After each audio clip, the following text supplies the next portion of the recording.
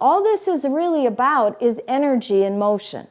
And so what we're doing is we need a place to put the energy. And I either keep it down in the body, which is why our bodies are holding so much stuff, or we dump it. This is a path that gives me another alternative, because I didn't know what else to do with it. That's not bad. It's just it's the only options I had. So along comes welcoming and is giving me another opportunity to go through it. So what begins to happen is, on a conscious level, our programming goes off. Now we're taught that Jesus Christ, every experience we have as a human being that he experienced, that he was fully human in that reality. And that's where, if you look at the temptations in the desert, you'll see how, as far as that security and affection and control. So you go out to the desert and you don't eat for 40 days. See, my primary symbol for security, because that's how the false self looks. It looks for symbols to represent that to you. My primary for security was food. Like if I was happy, food. If I was sad, food. If I didn't know, food. But everything was about food. So go out there, don't eat for 40 days. And what's the first temptation? To eat. Have something. To turn the rock into bread. Now, what's Jesus' response to that?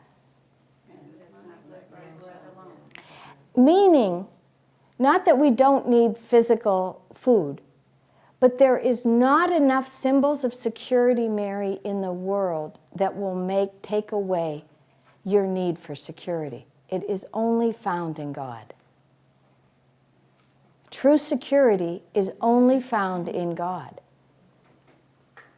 You know, the stock market just had a blip, so if you were looking at your portfolio, oh my God. You know that there is not enough, whatever the symbols in our cultural conditioning, because in different cultures and different people will have different images about what it should look like. But the teaching is, it is not out there. There is not enough out there that'll ever take care of that need. Okay, so finally, if you want a little affection, approval, or esteem, go up to the top of the temple or to the top of the church, the highest point you can find in the villages, jump off and let the angels catch you on your way down. Do it at high noon so everybody sees that you are a child of God. That was the second temptation, basically, you know.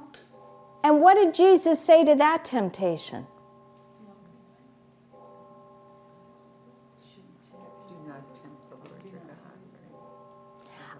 I am loved. I don't need to prove to you. He claimed the love of God. He claimed the affection and the approval in his very being. You are a child of God, and your reason for being is the fact that you are being. So nobody else can love you like God.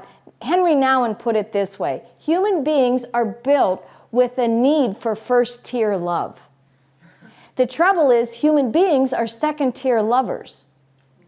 So if you're seeking from this plane of existence that hole to be filled that needs first-tier love, it'll constantly be frustrated. Don't you know people? No matter how many partners, children, grandchildren, it's never enough. Because it's not meant to be enough. What happens is, if you connect with your source, you become a better second-tier lover and you expect less coming back to you. You know when somebody has looked at you and expected you to be the answer? And you know that you're going to disappoint, because no matter how hard you even want to be the answer, you're not. Because human beings weren't ever meant to be the answer. So connect with the source and allow yourself to enjoy all the second-tier love you can handle. Finally, if you want a little power or control, bow down before me and I'll give you the whole villages, all of it. You know, your own kingdom or queendom or whatever you want, it's yours. What did Jesus say to that?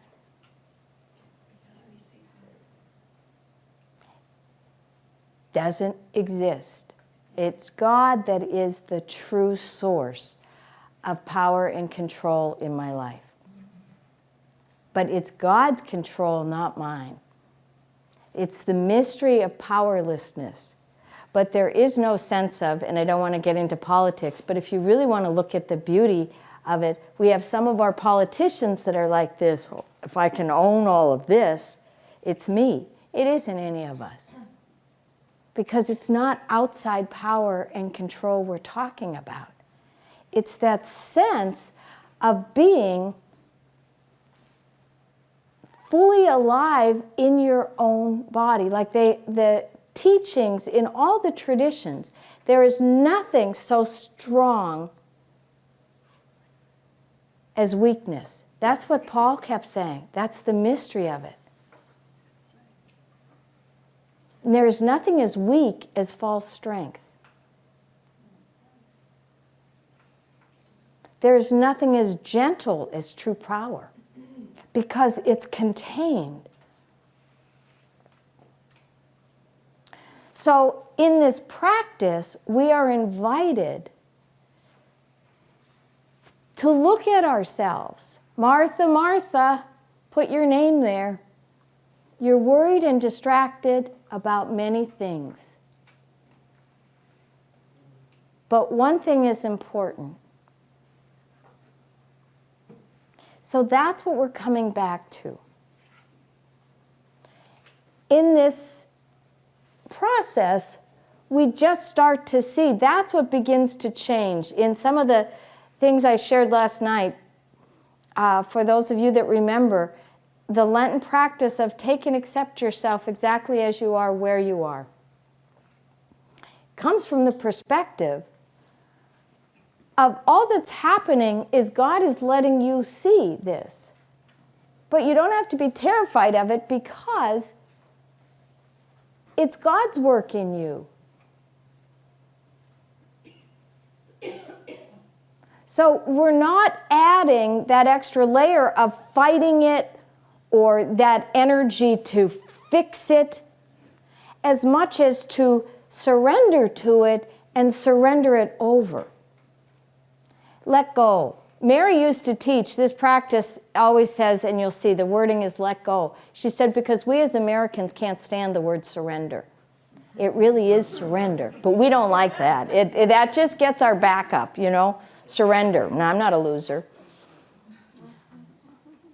And in 12-step circles, I loved this. One of the guys said, I had to really work with that because he had a very difficult time when everything was powerlessness or surrender. And he said, I finally realized that when you surrender, you join the winning side. So that's how he joins the winning side. He won't say he surrendered. He joined the winning side. So this is the dance that welcoming is at the service of. And I just want to tell you one little story, and then we'll have a break. But first, I'll start with a passage from Thomas's little daybook, but I love this one. Surrender to the unknown marks the great transitions on the spiritual journey. On the brink of each new breakthrough, there is a crisis of trust and love. So I might joke about it a lot, but this is very courageous work. And that's why last night we talked about going through all the stages, that it finally rests in trusting enough. Because it's terrifying. What you're letting go of is that piece of yourself that you've told yourself you were and had to be to keep the world running forever.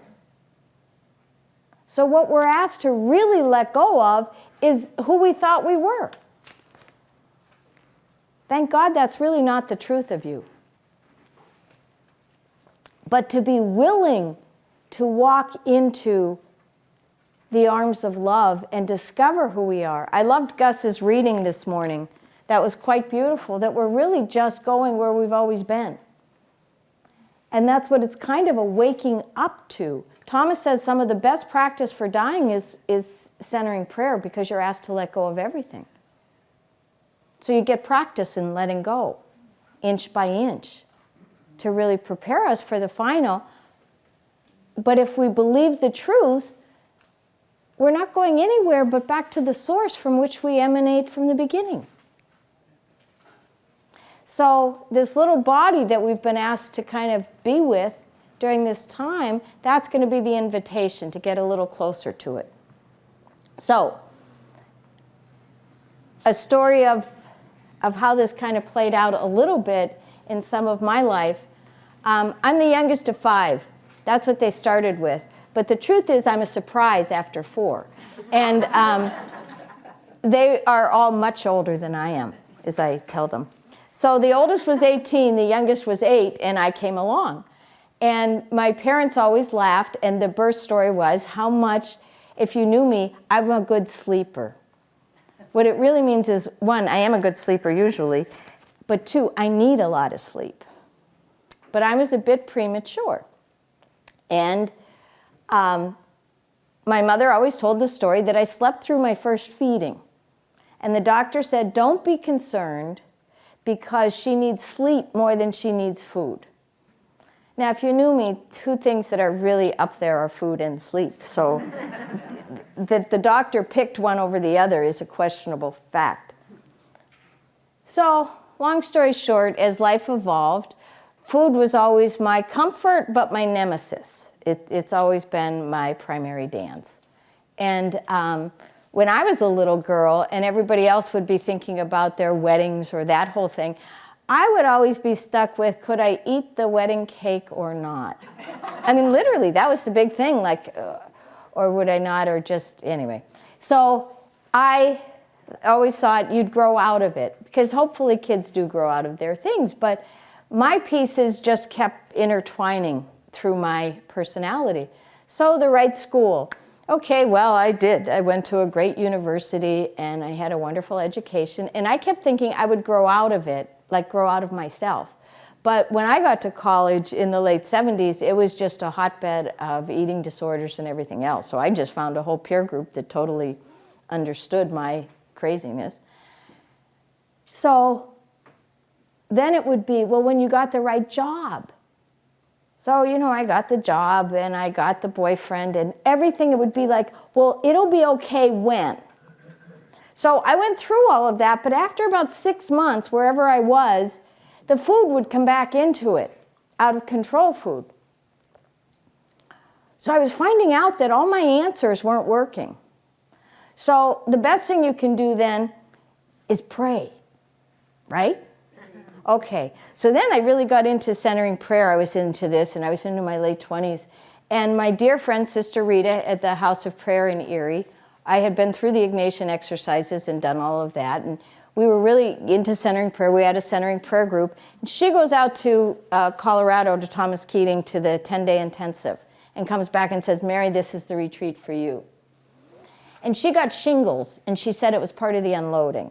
Well, she was a 60-year-old nun, and I was like a 29-year-old woman, and I said, if you got shingles, I'd die. I'm not going.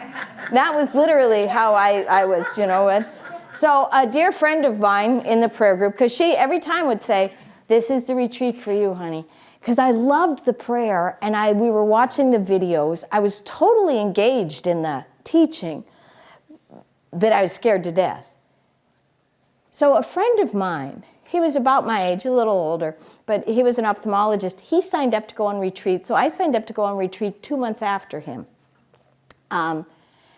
Because he was my canary in the well. If he went and did not die, I would go. And literally, that was very much how I looked at it, just.